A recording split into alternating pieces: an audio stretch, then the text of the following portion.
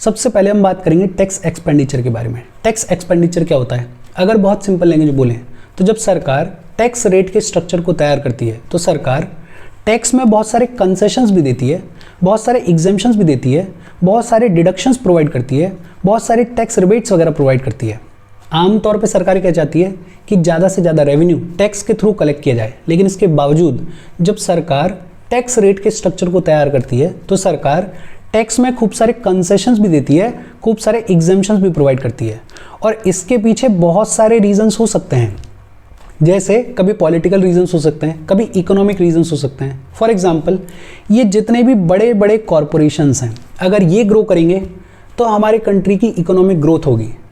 इन corporations की growth को ensure करने के लिए सरकार क्या करती है, इनके ऊपर जो टैक्स का रेट है उसको थोड़ा सा हल्का कर देगी, उसको थोड़ा सा कम कर देगी, ताकि ज़्यादा से ज़्यादा लोग इन कॉरपोरेशंस में इन्वेस्ट करें, ताकि ये जो कॉरपोरेशंस हैं ये रैपिडली ग्रो करें। या फिर सरकार अगर चाहती है कि कोई पर्टिकुलर सेक्टर है वो रैपिडली ग्रो करे तो सरकार क्या करेगी, इस सेक्टर के ऊपर जो टैक्स के रेट्स हैं उनको थोड़ा सा हल्का कर देगी। या इन जनरल हमारे कंट्री के जो भी इंडिविजुअल्स हैं उनके ऊपर भी टैक्स रेट्स को कम कर दिया जाता है सरकार के द्वारा। इसके पीछे पॉलिटिकल रीजंस भी हो सकते हैं, इसके पीछे इकोनॉमिक रीजंस भी हो सकते हैं। या फिर ये जितने भी चैरिटेबल इंस्टीट्यूशंस होते हैं, आम तौर पे ये जो चैरिटेबल इंस्टीट्यूशंस होते हैं इनको टैक्स से एग्जेम्पशंस प्रोवाइड किए जाते हैं, बिकॉज इसके पीछे एक सोशल वेलफेयर का एंगल है। ऐसे बहुत सारे रीजंस की वजह से सरकार टैक्स में कंसेशंस देती है, एग्जेम्पशंस देती है, डिडक्शंस प्रोवाइड करती है। इनको बुलाया जाता है स्पेशल टैक्सेशन मेजर्स, इनको बुलाया जाता है टैक्स प्रेफरेंसेस। और ये जो सरकार ने एग्जेम्पशंस प्रोवाइड किए, कंसेशंस प्रोवाइड किए, इसकी वजह से सरकार का जो रेवेन्यू कलेक्शन है वो अफेक्ट होता है। कैसे अफेक्ट होता है? आम तौर पे क्या होगा, अगर सरकार ने कोई भी एग्जेम्पशन प्रोवाइड नहीं किया होता तो टैक्स का रेट जैसे लगना था वैसे लगता। टैक्स अगर लगता तो सरकार के पास में रेवेन्यू आता, सरकार के पास में पैसा आता। लेकिन क्योंकि सरकार ने कंसेशंस प्रोवाइड किए, क्योंकि सरकार ने एग्जेम्पशंस प्रोवाइड किए, तो अब वो पैसा सरकार के पास में नहीं आएगा। मतलब एक तरीके से सरकार को रेवेन्यू का लॉस होता है। ये जो पोटेंशियल रेवेन्यू फॉरगॉन है, ये जो पैसा सरकार के पास में आ सकता था, लेकिन because of these exemptions, because of these concessions, अब सरकार के पास में ये रेवेन्यू नहीं आएगा, ये पैसा नहीं आएगा। एक तरीके से सरकार ने इस रेवेन्यू को छोड़ दिया है। ये जो पोटेंशियल रेवेन्यू फॉरगॉन है इसी को बुलाया जाता है टैक्स एक्सपेंडिचर। क्या बुलाया जाता है? Tax expenditure. The amount of potential revenue forgone by the government is known as tax expenditure. बहुत सिंपल, सरकार टैक्स में खूब सारे कंसेशंस प्रोवाइड करती है, खूब सारे एग्जेम्पशंस प्रोवाइड करती है, खूब सारे डिडक्शंस प्रोवाइड करती है। ये जो एग्जेम्पशंस हैं, ये जो कंसेशंस हैं, इनको बुलाया जाता है टैक्स प्रेफरेंसेस। क्या बुलाया जाता है? Tax preferences. इन एग्जेम्पशंस की वजह से, इन डिडक्शंस की वजह से, इन कंसेशंस की वजह से सरकार को एक तरीके से रेवेन्यू का लॉस होता है। ये जो पोटेंशियल रेवेन्यू फॉरगॉन है, ये जो पैसा सरकार के पास में आ सकता था, जिसको सरकार ने इन एग्जेम्पशंस की वजह से एक तरीके से छोड़ दिया, इसी को बुलाया जाता है टैक्स एक्सपेंडिचर। और क्योंकि हम डेमोक्रेसी हैं तो डेमोक्रेसी में सबसे इंपॉर्टेंट चीज़ क्या है? क्लैरिटी होनी चाहिए। पता होना चाहिए आम जनता को, पता होना चाहिए लीडर्स को कि ये जितने भी कंसेशंस दिए जा रहे हैं, ये जितने भी एग्जेम्पशंस दिए जा रहे हैं, ये क्यों दिए जा रहे हैं, इसके पीछे का रीज़न क्या है, सरकार का गोल क्या है, सरकार क्या अचीव करना चाहती है। तो पहली बार फॉर्मली ये जो टैक्स एक्सपेंडिचर है, ये जो रेवेन्यू फॉरगॉन का स्टेटमेंट है, इसको पहली बार फॉर्मली पार्लियामेंट के सामने रखा गया 2006-07 के यूनियन बजट में। 2007-08 के बजट में इसको बुलाया गया स्टेटमेंट ऑफ रेवेन्यू फॉरगॉन, और आज की डेट में इसको बुलाया जाता है statement of revenue impact of tax incentives under central tax impact. और इसमें पूरा डिटेल में बताया जाता है कि हमारा टैक्स एक्सपेंडिचर कितना है, पूरा डिटेल में बताया जाता है कि सरकार क्या कंसेशंस दे रही है, सरकार क्या एग्जेम्पशंस दे रही है टैक्स के ऊपर, सरकार ये एग्जेम्पशंस क्यों दे रही है, रीज़न क्या है, सरकार का गोल क्या है, सरकार क्या अचीव करना चाहती है। पूरी डिटेल में बातचीत की जाती है इस सब के बारे में। बहुत सिंपल, टैक्स एक्सपेंडिचर क्या होता है? टैक्स में सरकार जो कंसेशंस देती है, जो एग्जेम्पशंस देती है, उनकी वजह से सरकार को जो रेवेन्यू का लॉस होता है, ये जो potential revenue forgone by the government है, इसी को कहा जाता है टैक्स एक्सपेंडिचर। सबसे पहली बार फॉर्मली इसको पार्लियामेंट के सामने ले डाउन किया गया 2006-07 के यूनियन बजट में। बहुत सिंपल है, होपफुली आपको समझ में आया होगा। फिर इसके बाद एक टर्म है tax to GDP ratio. Tax to GDP ratio नाम से ही क्लियर है, कंट्री का जो भी टैक्स रेवेन्यू है वो जीडीपी का कितना हिस्सा है। Volume of countries tax revenue relative to size of its economy measured by GDP. अपन अगर सिंपल लैंग्वेज बोलें तो कंट्री का जो भी टैक्स रेवेन्यू है, जितना भी टैक्स रेवेन्यू है, वो जीडीपी का कितना हिस्सा है, उसको बोला जाता है टैक्स टू जीडीपी रेशियो। ये जो टैक्स टू जीडीपी रेशियो है, ये आइडिया देता है कंट्री के टैक्स रेवेन्यू के पोटेंशियल का, कि हमारा टैक्स रेवेन्यू का पोटेंशियल कितना है, उसका एक आइडिया देता है। ये बताता है कि हमारे कंट्री की फाइनेंशियल कैपेसिटी कितनी है। टैक्स टू जीडीपी रेशियो, हमारे कंट्री की जीडीपी का कितना हिस्सा है हमारे कंट्री का टैक्स रेवेन्यू, उसके बारे में बताता है tax to GDP ratio. Traditionally अगर देखें, आमतौर पे अगर देखें, तो ये जो टैक्स टू जीडीपी रेशियो है, ये डेवलप्ड कंट्रीज में हाई रहा है और डेवलपिंग कंट्रीज में, हमारी जैसे कंट्रीज में, ये जो टैक्स टू जीडीपी रेशियो है, ये बेहद लो रहा है, ये बेहद कम रहा है। और ये कोई अच्छी बात नहीं है कि जीडीपी का बहुत छोटा सा हिस्सा टैक्स के थ्रू आता है हमारे कंट्री में, ये कोई बहुत अच्छी बात नहीं है। इंडिया का जो tax to GDP ratio for direct taxes है 2022-23 में वो कितना था, सिर्फ 1.6%। इंडिया का tax to GDP ratio for direct taxes 2022-23 में कितना था, सिर्फ 1.6%, जो कि अपने आप में बेहद कम है। ओईसीडी कंट्रीज, ओईसीडी जिसका हेडक्वार्टर शायद पेरिस में है, ओईसीडी कंट्रीज का जो टैक्स टू जीडीपी रेशियो वो कितना है, 34% है, हमारा सिर्फ 1.6% है, मतलब बेहद कम है। ये कोई अच्छी बात नहीं है। लेकिन हाँ, एक पॉजिटिव है। पॉजिटिव क्या है कि ये जो टैक्स टू जीडीपी रेशियो है हमारे कंट्री में, वो कॉन्स्टेंटली ग्रो हो रहा है, वो कॉन्स्टेंटली इंप्रूव हो रहा है। लेकिन इंप्रूव होने के बावजूद भी अभी भी 2022-23 में कितना था, सिर्फ 1.6% था। अच्छा, अगर टैक्स कलेक्शन के रीसेंट ट्रेंड्स देखें तो जनवरी 2024 में हमारा जो डायरेक्ट टैक्स का कलेक्शन था वो 3 टाइम्स इंक्रीज हुआ है। मतलब हमारा जो डायरेक्ट टैक्स का कलेक्शन है वो इंक्रीज हो रहा है, ये अच्छी बात है। हमारा जो average monthly gross GST collection है वो 2023-24 में लगभग डबल हो गया और कितना हो गया, 1.66 लाख करोड़ हो गया। जीएसटी का जो ग्रॉस कलेक्शन है, एवरेज मंथली ग्रॉस कलेक्शन, वो 2023-24 में ऑलमोस्ट डबल हो गया। इतना तो याद ही रखो कि ये जो ग्रॉस जीएसटी कलेक्शन है ये भी इंप्रूव हो रहा है, ये भी इंक्रीज हो रहा है। डायरेक्ट टैक्स का कलेक्शन है वो भी इंप्रूव हो रहा है, वो भी इंक्रीज हो रहा है। इनफैक्ट जनवरी 2024 में हमारा जो ग्रॉस जीएसटी का कलेक्शन था वो लगभग 1.72 लाख करोड़ था। ईयर ऑन ईयर देखें तो 10% का लगभग इंक्रीज था। मतलब यहां भी सुधार है। हमारा जो जीएसटी का बेस है वो भी ऑलमोस्ट डबल हो गया है। आज की डेट में मोर देन 14 मिलियन एंटिटीज जो हैं वो जीएसटी में रजिस्टर्ड हैं। तो ये भी अच्छी बात है। जितने ज़्यादा लोग रजिस्टर्ड होंगे उतना ज़्यादा हमारा जो जीएसटी का कलेक्शन है वो और इम्प्रूव होगा। स्टेट जीएसटी की बुएंसी की अगर बात करें तो ये भी कॉन्स्टेंटली इंक्रीज हो रही है। मतलब एक तरीके से स्टेट की जो जीएसटी है जो हम कलेक्ट कर रही हैं स्टेट्स वगैरह, वो भी कॉन्स्टेंटली इंक्रीज हो रहा है। ये कुछ फैक्ट्स हैं, इन फैक्ट्स को याद रखना प्रीलिम्स के पॉइंट ऑफ व्यू से भी इंपॉर्टेंट है। और अगर कभी मेंस में क्वेश्चन आ जाए तो आपको पता होना चाहिए कि जीएसटी की या हमारे कंट्री में जो टैक्स कलेक्शन की सिचुएशन है वो कैसी है। देखो बहुत सिंपल, एक बार फिर से देख लेते हैं। एक तो हमने बात की टैक्स एक्सपेंडिचर के बारे में। क्या होता है टैक्स एक्सपेंडिचर? सरकार टैक्स में जो एग्जेम्पशंस देती है, जो कंसेशंस देती है, जो डिडक्शंस देती है, उनकी वजह से एक तरीके से सरकार को रेवेन्यू का लॉस होता है। ये जो पोटेंशियल रेवेन्यू फॉरगॉन है, ये जो पैसा सरकार के पास में आ सकता था लेकिन सरकार ने छोड़ दिया, इसी को बुलाया जाता है टैक्स एक्सपेंडिचर। क्या बुलाया जाता है? Tax expenditure.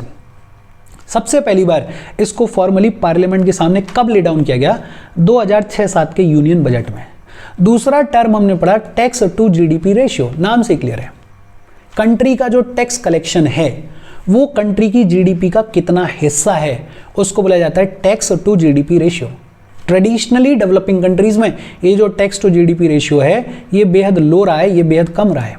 हमारे कंट्री में, इंडिया में डायरेक्ट टैक्स के मामले में जो टैक्स टू जीडीपी रेशियो है वो 2022-23 में सिर्फ 1.6% था। ये ऐसा फैक्ट है जिसको आप याद रख सकते हो।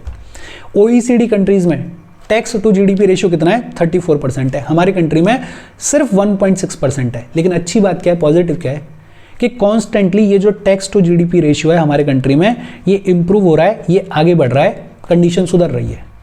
टैक्स कलेक्शन के कुछ रीसेंट ट्रेंड्स, जनवरी 2024 में हमारा जो डायरेक्ट टैक्स का कलेक्शन था वो ऑलमोस्ट 3 टाइम्स इंक्रीज हो गया है, बढ़ गया है।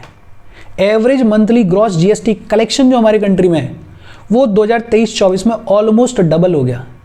ईयर ऑन ईयर बेसिस देखें तो जो ग्रॉस जीएसटी का कलेक्शन है वो लगभग 10% से इंक्रीज हुआ है। जीएसटी का जो हमारा बेस है वो भी ऑलमोस्ट डबल हो गया है और स्टेट जीएसटी की जो बेलेंसी है वो भी इंक्रीज हुई है। मतलब जो स्टेट जीएसटी है वो भी कॉन्स्टेंटली इंक्रीज हो रहा है। टैक्स पेयर की सर्विसेज में हमारे कुछ अचीवमेंट्स भी हैं, सरकार ने जो इंप्रूव किया है। देखो 2013-14 में टैक्स रिटर्न्स को प्रोसेस करने में लगभग सरकार को ऑन एन एवरेज 93 डेज लगते थे। अब 2023-24 में सिर्फ 10 दिन लगते हैं। मतलब ये तो बहुत सिग्निफिकेंट इंप्रूवमेंट है। Reduction in the average processing time of tax revenues, 2013-14 में 93 डेज लगते थे इस टैक्स रिटर्न्स को प्रोसेस करने में, लेकिन अब 2023-24 में सिर्फ 10 दिन लगते हैं। फेसलेस असेसमेंट और अपील का सिस्टम हमने डेवलप कर दिया है। अपडेटेड आईटी रिटर्न्स हैं, प्री फिल्ड टैक्स रिटर्न्स का सिस्टम है। जब से चीज़ें ऑनलाइन हुई हैं तब से चीज़ें बहुत ईजी हो गई हैं। लोगों के लिए भी अब एक्सेस थोड़ा इजी हो गया है। लोगों को जो प्रॉब्लम्स फेस करनी पड़ती थी, अब वो हैरेसमेंट, अब वो प्रॉब्लम्स जो है वो थोड़ी कम हो गई हैं। कस्टम्स में भी हमने रिफॉर्म्स किए हैं। पहले जो माल इंपोर्ट होके या एक्सपोर्ट होके हमारे कंट्री से बाहर जाता था या अंदर आता था, उसमें बड़ा टाइम लगता था, लेकिन अब सिस्टम को रैपिड कर दिया गया है। अब बहुत कम टाइम लगता है क्लियरेंस में। तो ये बहुत सारे इंप्रूवमेंट्स भी हैं। ये ऐसी चीज़ें हैं जो कि ऑन एन एवरेज आपके दिमाग में रहनी चाहिए, बहुत ज़्यादा इनमें घुसने की ज़रूरत नहीं है। लेकिन अब पूछ लिया जाए कि हमारी सरकार ने क्या क्या सुधार किए हैं, तो बताओ कि पहले जो कस्टम्स में क्लियरेंस का टाइम लगता था अब वो बहुत सिग्निफिकेंटली रिड्यूस हो गया है। अब क्योंकि ऑनलाइन सिस्टम है तो फेसलेस असेसमेंट हो जाता है, फेसलेस अपील हो जाती है, अपडेटेड आईटी रिटर्न्स मिल जाते हैं, प्री फिल्ड टैक्स रिटर्न्स मिल जाते हैं। पहले जो टैक्स रिटर्न्स में प्रोसेसिंग का टाइम था वो लगभग 93 डेज था, लेकिन अब सिर्फ 10 दिन लगते हैं। तो ये इंप्रूवमेंट है। ये ऐसे टॉपिक्स हैं जिनको अपन पढ़ते हैं तो हमें ऐसा लगता है कि यार इंपॉर्टेंट नहीं है, ये तो सस्ता सा टॉपिक है, लेकिन ये बेहद इंपॉर्टेंट है। मेंस में अगर आंसर लिखने को आते हैं तो छोटी छोटी चीज़ें बहुत काम आती हैं। प्रीलिम्स में आपको 4 ऑप्शन दे दिए जाएंगे, उनमें से कोई एक ऐसा ऑप्शन होगा जो कि कहीं यहीं से क्लिक कर जाएगा। तो ये छोटी छोटी चीज़ें आपको ज़्यादा ध्यान से पढ़नी है, बिकॉज जो आम तौर पे इंपॉर्टेंट है वो तो आपके दिमाग में रहेंगी, लेकिन इनको थोड़ा और दिमाग में बिठाना। हम आगे बढ़ें उससे पहले वीडियो पे लाइक के बटन को दबा दो। लाइक दबाना ज़रूरी है, बिकॉज यूट्यूब ऐसे ही फंक्शन करता है। जब आप वीडियो पे लाइक के बटन को दबाते हो तो यूट्यूब वीडियो को कंसिडर करता है और थोड़ा सा पुश कर देता है। तो लाइक का बटन दबा दो, शेयर कर दो अपने सोशल मीडिया हैंडल्स पर, व्हाट्सएप वगैरह पे अपने फ्रेंड्स को, या जो भी लोग इसमें इंटरेस्टेड हैं, इससे रिलेटेड पढ़ाई कर रहे हैं, उनको शेयर कर दो और चैनल को सब्सक्राइब कर लो। फिर इसके बाद बात आती है tax administration in India. India में टैक्स एडमिनिस्ट्रेशन के लिए कौन सी बॉडीज़, कौन सी अथॉरिटीज़ रिस्पॉन्सिबल हैं। सबसे पहले बात की गई है central board of direct taxes के बारे में, सीबीडीटी के बारे में। Central board of direct taxes नाम से ही क्लियर है, डायरेक्ट टैक्सेस से रिलेटेड जितना भी एडमिनिस्ट्रेशन है, जितना भी कामकाज है हमारे कंट्री में, डायरेक्ट टैक्सेस को लगाना, उनको कलेक्ट करना, उनको सुपरवाइज करना, उनसे रिलेटेड अगर कोई रिफॉर्म सजेस्ट करना है तो उस रिफॉर्म को सजेस्ट करना, उस सब के लिए कौन सी बॉडी रिस्पॉन्सिबल है, central board of direct taxes. It is the apex authority for tax administration pertaining to direct taxes. CBDT statutory body है, statutory body है, इसको establish किया गया है under central board of revenue act 1963। कौन से act के तहत इसको establish किया गया है? Central board of revenue act 1963। इसको एडमिनिस्टर किया जाता है बाय डिपार्टमेंट ऑफ रेवेन्यू, जो कि डिपार्टमेंट है under ministry of finance. Ministry of finance के अंडर एक डिपार्टमेंट है, department of revenue. Department of revenue के हाथ में central board of direct taxes का एडमिनिस्ट्रेशन है। स्टैट्यूटरी बॉडी है जिसको एस्टेब्लिश किया गया है under central board of revenue act 1963। Initially कहानी कुछ और थी। 1924 में लाया गया था central board of revenue act को, और इस central board of revenue act के थ्रू एक सेंट्रल बोर्ड ऑफ रेवेन्यू को सेटअप किया गया था। ये जो सेंट्रल बोर्ड ऑफ रेवेन्यू था ये डायरेक्ट और इनडायरेक्ट टैक्सेस दोनों से डील किया करता था, लेकिन फिर 1963 में लाया गया central board of revenue act को, और इस central board of revenue act of 1963 के थ्रू 1964 में इस सेंट्रल बोर्ड ऑफ रेवेन्यू को 2 में स्प्लिट कर दिया गया।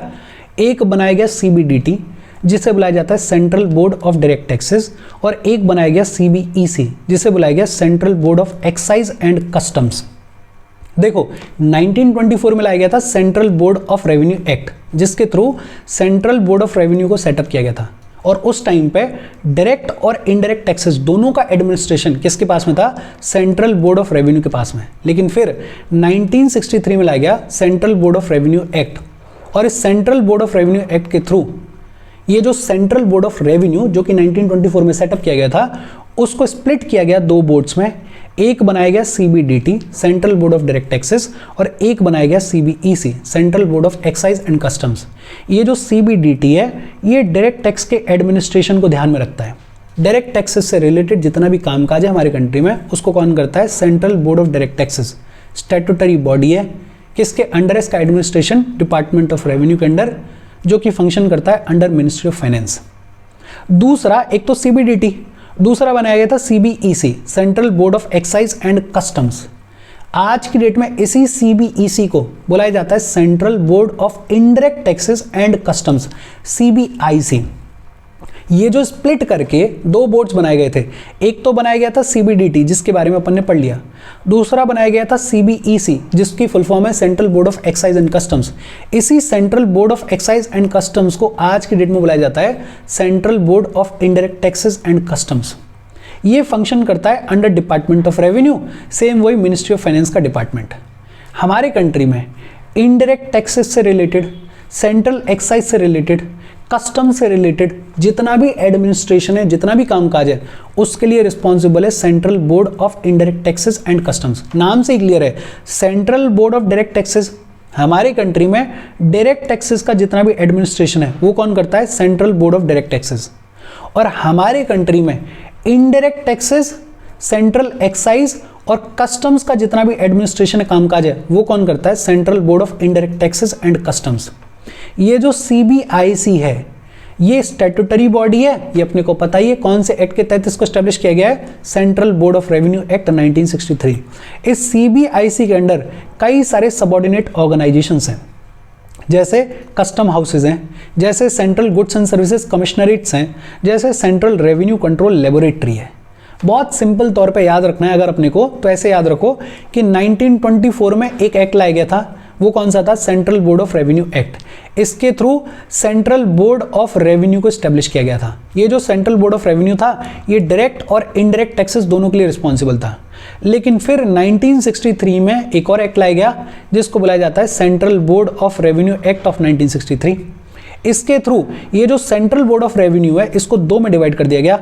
एक बनाया गया CBDT और दूसरा बनाया गया CBEC central board of direct taxes and central board of excise and customs. ये जो central board of direct taxes है इसका काम काज है कंट्री में जितना भी डायरेक्ट टैक्स का एडमिनिस्ट्रेशन है उसको देखना, और ये जो CBEC है इसी को आज की डेट में बुलाया जाता है central board of indirect taxes and customs. हमारे कंट्री में इनडायरेक्ट टैक्सेस से रिलेटेड, सेंट्रल एक्साइज से रिलेटेड और कस्टम से रिलेटेड जितना भी काम काज है उसको देखने का काम किसका है? Central board of indirect taxes का एंड कस्टम्स का। ये स्टैट्यूटरी बॉडी है। कौन सा एक्ट है? अपने को पता है, central board of revenue act of 1963। फिर एक कमीशन बनाई गई थी, टैक्स एडमिनिस्ट्रेशन रिफॉर्म कमीशन। इसको गवर्नमेंट ऑफ इंडिया ने बनाया 2013 में, और इस कमीशन को काम दिया गया कि जो भी ग्लोबल बेस्ट प्रैक्टिसेस हैं टैक्स के मामले में उनको अप्लाई करके देखो, और देखो कि हमारे कंट्री में जो टैक्स लॉज हैं, हमारे कंट्री में जो टैक्स पॉलिसीज़ हैं वो सही हैं या उनमें कुछ रिफॉर्म करने की ज़रूरत है। अगर सही है तो कोई दिक्कत नहीं है, अगर रिफॉर्म्स करने की ज़रूरत है तो क्या रिफॉर्म्स करने की ज़रूरत है। ये जो टैक्स एडमिनिस्ट्रेशन रिफॉर्म कमीशन बनाई गई थी 2013 में, इसको हेड कर रहे थे डॉक्टर पार्थ सारथी सोहेम। कौन कर रहे थे? डॉक्टर पार्थ सारथी सोहेम। इस टैक्स एडमिनिस्ट्रेशन रिफॉर्म कमीशन ने अपनी रिपोर्ट सबमिट करी 2014 में। इसमें सिर्फ इतना याद रखो कि एक टार्क बनाई गई थी, टैक्स एडमिनिस्ट्रेशन रिफॉर्म कमीशन, जिसको ऐड कर रहे थे डॉक्टर पार्थ सारथी सोहेम। इसने रिपोर्ट सबमिट करी 2014 में, इसको फॉर्म किया गया था 2013 में। इसका काम क्या था कि देखो हमारे जो टैक्स लॉज हैं, हमारी जो टैक्स पॉलिसीज़ हैं, उनमें कुछ कमी तो नहीं है। अगर कमी है तो क्या रिफॉर्म्स करने की ज़रूरत है, पूरा चेक करो और रिफॉर्म सजेस्ट करो। एक प्रोजेक्ट इनसाइट चलाया गया था, यूनियन फाइनेंस मिनिस्ट्री ने 2016 में प्रोजेक्ट इनसाइट चलाया। जितने भी हाई वैल्यू के ट्रांजैक्शंस होते हैं उनको मॉनिटर करने के लिए ये जो लोग टैक्स को इवेड करने की कोशिश करते हैं, घपला करने की कोशिश करते हैं, उसको किसी भी तरीके से डिटेक्ट करने के लिए टेक्नोलॉजी को यूज़ करके देखो तरीका निकालो ताकि लोग जो टैक्स इवेड करते हैं उनको पकड़ा जा सके। प्रोजेक्ट इनसाइट चलाया गया 2016 में to monitor high value transactions and detect tax evaders using technology. इसका एक इंपॉर्टेंट हिस्सा क्या है कि आधार और पैन को लिंक करना है। ऐसे बहुत सारे मेजर्स लिए over the period of time सरकार ने ये इंश्योर करने के लिए कि ये जो लोग घपला करते हैं, टैक्स को इवेड करते हैं, उनको पकड़ा जा सके और जो हमारा टैक्स का एडमिनिस्ट्रेशन है, हमारा जो टैक्स का सिस्टम है, उसको कॉम्प्लिकेटेड ना रख के थोड़ा इजी बनाया जा सके, उसको थोड़ा इजी टू अंडरस्टैंड बनाया जा सके, उसको थोड़ा इजी टू ऑपरेट बनाया जा सके। 2-3 चीज़ें और रह गई इस चैप्टर में जिनके बारे में अगले सेशन में अपन पढ़ेंगे, बातचीत करेंगे। बहुत इजी सी बातचीत थी, लेकिन इसको हल्के में मत लेना, बिकॉज ये चीज़ें काम आती हैं, मेंस में काम आती हैं, प्रीलिम्स में भी काम आती हैं, तो इनको ढंग से पढ़ना। कोई डाउट हो तो कमेंट करके पूछ लेना। Thank you very much.